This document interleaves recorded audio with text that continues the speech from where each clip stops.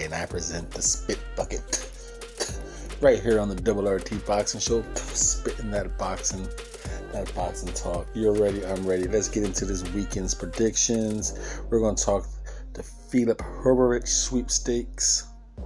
But starting off, what fights am I keened on this weekend? You know, between the Matchroom card and the Showtime card, who's putting on the Showtime card? What promotion is this? Is it Tom Brown? Tom Brown, TGB Promotions. Okay. Well, in saying that, the main fight I'm looking forward to this weekend, I mentioned it earlier, and I mentioned it on a previous Spit Bucket. I'm looking for my fight of the week. If I had more time this week, I would have did an individual on this. I'm looking forward to Dalton Smith and Lee Appleyard. That is my fight of the week. Is it for many other people? I don't think so, but it is for me. Now, we're going to cover U.S. Showtime. Tom Brown. We'll cover him first. Not much on the undercard or the card. I guess the opener is going to be Xavier Martinez taking on Juan Carlos Burgos. Nice little step up for him. Nice. Xavier's been doing this thing recently. He's been winning the fights he probably shouldn't have been winning, or 50-50 fights. So that's going to be a nice... He should be maybe 52-48 favorite in this fight, considering the streak he's on. But Juan Carlos should be a nice test for him. But I'm going to go with Xavier. Just probably a little more craftier. Just a little bit. But he's going to get tested in that fight. Again, the reason I got DAZN, the reason Mr.A went and purchased DAZN was for Daniel Roman. So I'm definitely going to be rooting for Daniel Roman on here. This is a biased pick against Ricardo Espinoza Franco. I have no idea who that is. But I'm not going with Hindu. I'm not going with him. I'm going with the babyface silent assassin, Daniel Roman.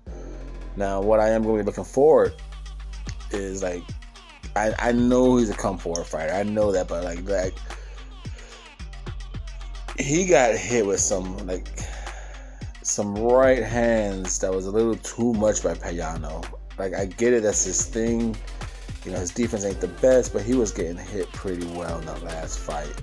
And it's how long can that stop? How long can you keep doing this? You know what I mean? As a fan, someone's gonna crack the shit out of him one day. Jared Hurd. How long can he ran into a Williams? And Daniel Roman's gonna run into somebody. It could be Ricardo Franco. Who knows? Who knows? 25 victories, 21 knockouts, 3 losses, 1 KO. So this guy comes to fight. He has power. He's been, I don't know anyone on his resume, but he's been fighting recently a positive record opponents. His most famous loss is John Real Casimiro for the interim. Man, see? He got KO'd. He got knocked out hot. When did he get knocked out? Let me exactly. That was his 1 KO loss. He lost 3 times. What round did he get? He got ooh. Okay, so he was able to withstand that power for 12 rounds. Okay, he got dropped in the 6th and got knocked out in the 12th. So he was able to. And from what it was looking like, it's a close fight. 103, 105, 105, 103, 104, 104. Holy shit. Daniel Roman might have himself a little fucking undiscovered match going on right here. This might be an upset. The way Daniel Roman stands there and gets hit. Holy shit, folks. Holy shit. That's going to be interesting. Damn it. It's a little worrisome for a Daniel Roman fan. I'm going to really root for Daniel Roman, but just on paper, looking at that information, that's worrisome right there. For Daniel Roman, he gets hit. That's going to be scary right there. Eyes glued on that one. That was some spit bucket boxing talk right there, right here on the Double RT Boxing Show, the Ready Talk Boxing Show. I'm ready, you're ready, the home of the boxing junkies. This is a rehab for us. I am addicted to ring generalship. Yes, my name is Mr.A, and it feels better to talk about my addiction. Ring generalship. Yes. Are we going to see any of it in this main event, ring generalship? I think not. I dare say I do not predict any ring generalship against Brandon Figueroa taking on Luis Nery. WBA Super Bantamweight champion and a WBC World. Yikes, these are champions. I didn't know Brandon was Super World. I didn't know he was the top dog. I thought he had the regular World. Is he the top dog in WBA? Holy shit. I did not know that. And that's a good fight. You know, for all the people, all the young people taking step ups, I think this is quietly kind of not getting talked about how big of a step up this is for Brandon Figueroa. Yeah, okay, he is the World, the regular. I thought MJ, but wait a minute, that don't sound right. MJ just got announced against Ronnie Rios, which is weird. Very, very weird. It makes me wonder, was this turned down by Figueroa? Because how in the hell did Ronnie Rios, the gold champion, get mandated above Brandon Figueroa or Asim Alim, or even, Daniel Roman in the rematch? But hey, here nor there. We're talking Brandon Figueroa and Luis Nery. How much more attention Luis Nery would have had if he stayed in the Eddie Reynoso camp, right? And then him leaving that camp makes me wonder, could he not handle that pressure? He himself is a champion. He went up to Japan. He beat the shit out of that guy. I can't think of his name. But he beat the shit out of him twice. Juiced up or not. He beat the shit out of him. So you had Valdez in that camp. You had Canelo in the camp. You had Sanchez in the camp. You had Ruiz in the camp. And Nery, as far as a compliment, she held his own. He had his own championship. Now, were they hacking on him for being a fucking steroid or some type of PED cheat? No. Were they giving it to him bad that he got busted?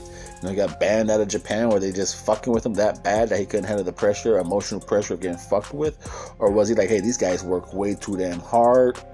They got champion mentality. I can't work out like these guys. And he couldn't handle being around champions like that. So that's very interesting to see what type of Luis Nery comes in like.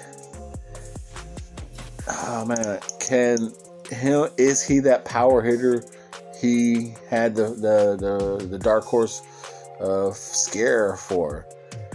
Brandon Figueroa is right there to get hit, throwing that volume.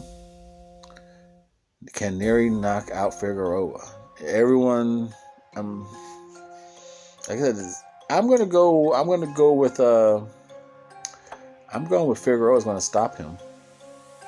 Figueroa is going to surprisingly give Luis Nery his first loss. Damn, this is going to be a fight. This is going to be a fight here, folks. 31-24 knockouts. The hard hitting. I like Luis Nery too. I'm rooting for Luis Nery, to be honest. I want him to fuck Brandon Figueroa up. I want him to knock his ass out bad. But I just think Figueroa is going to get cracked a lot. Show some surprising chin and a little bit of movement, because he has to do something to grow in the sport.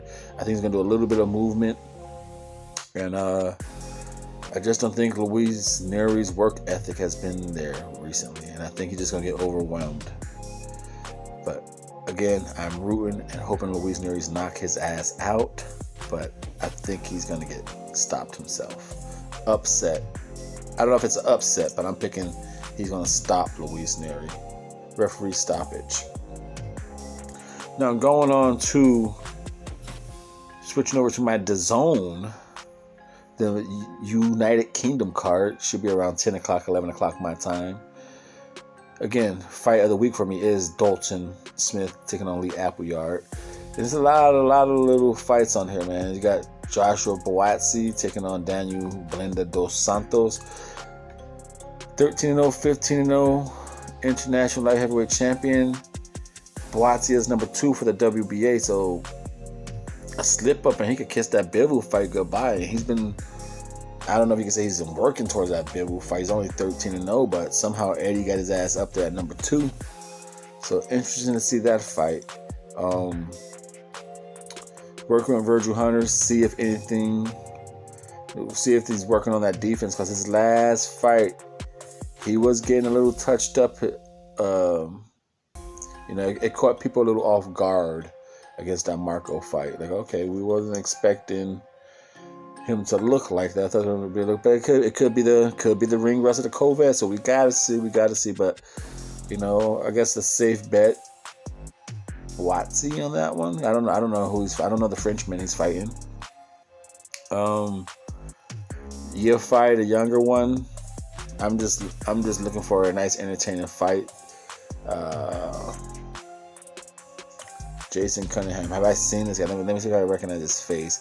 I seen this guy. He got fucked up by somebody. I seen this guy lose. Who did I see this guy lose to? Colin. Okay, yeah. I saw him, but no way. And Jordan Gill. Bellotti. I thought he was doing good against Bellotti, and it just choked. Like something just happened. Like it just went the other way. He was doing pretty good in that. Not Bellotti, Bellotti. I think this the guy. But yeah, I seen this guy fight. I'm expecting Yafai to pull this off in the second half of the fight. I seen this guy fade. I think it's him. I don't know Leron Richards. I have no idea who that is. Let me see if I recognize his face. No, I haven't seen this guy's fight. But I know who he's fighting. He's a gamer. If you're not on your P's and Q's, he'll surprise a victory on you. So that's interesting. I'm gonna go with. How old is Giovanni? How old is he? He's inactive. Holy shit. 2000. Yeah, I go with Richardson. Then I go with Leron Richards. So those are my picks for this weekend. Again, fight of the week is Dalton Smith. That's who I'm really interested in. Oh, I didn't cover the damn fight. I'm expecting him to stop Lee Appleyard. Lee Appleyard, to me, throws a lot of arm punches. And he doesn't bring his hands back high enough. So whether he's backing on the back foot fighting or coming forward, he's a lot of arm punching. And he's going to be there to be a catch and counter, slip and hit. I think Dalton is going to do a little mixture of both of that. Move around the ring, slip and hit, catch and shoot. And he's going to hit harder. He's going to turn some hips into him. Like I said, Appleyard brings his hands back low, so the counter hooks over the top or the body shots are going to be open. I think he stops Appleyard. Appleyard's going to come to fight, throw the volume, but once Appleyard gets pushed on that back foot with that low comeback, the low hand recoil, it's going to be lights out. And Dalton Smith will be the new BBC English super lightweight title. Again, how is Hearn going to get him to fight the Spaniard? Can't think of Sandor. How's he going to line up that European title? I don't know, but Hearn's been talking about it for a while, and I definitely want to see that fight. I'm sold on Dalton Smith and Sandor Martin, so I'm expecting Dalton to knock Appleyard out or break him down with some body shots and then stop him. Now, that being said, of this weekend fights, nothing big, but just a lot of good fights. I think entertaining fights until we could get that unification. Undisputed bout next week, for the following week. Now, finishing off. Now, we've seen Michael Hunter has done his little go for Triller and get that money. We've seen that. So, hey, we say what we say. You know, how many fighters we always see go get that money. It's the prize fighting. Did we get a little let down? Or were we disappointed? You know, so it's a good match between him and Hrgovic. He's been talking that shit, so, you know, kind of sour grapes on that one. But we're here to talk to Hrgovic sweepstakes. Let's spit it right here on the Spit Bucket. I am Mr. A, the host of your show, the RRT Boxing Show. I'm ready, you're ready. We're talking that boxing. Now, how they going to do this, the next man up? Are they starting from the top of the lineup, or are they going to leave off on Michael Hunter? You know, because if we're going from the top of the lineup, you know, obviously Charles Martin turned it down. Usyk is WBO. Hunter's number 4. You got Joseph Parker. He's over here talking about rematch with Chisora, coming off some more elbow injury. So will he go into an elbow injury rehab against Hrgovic, or will he go into a lighter touch since he knows what to do against Chisora, an easier fighter?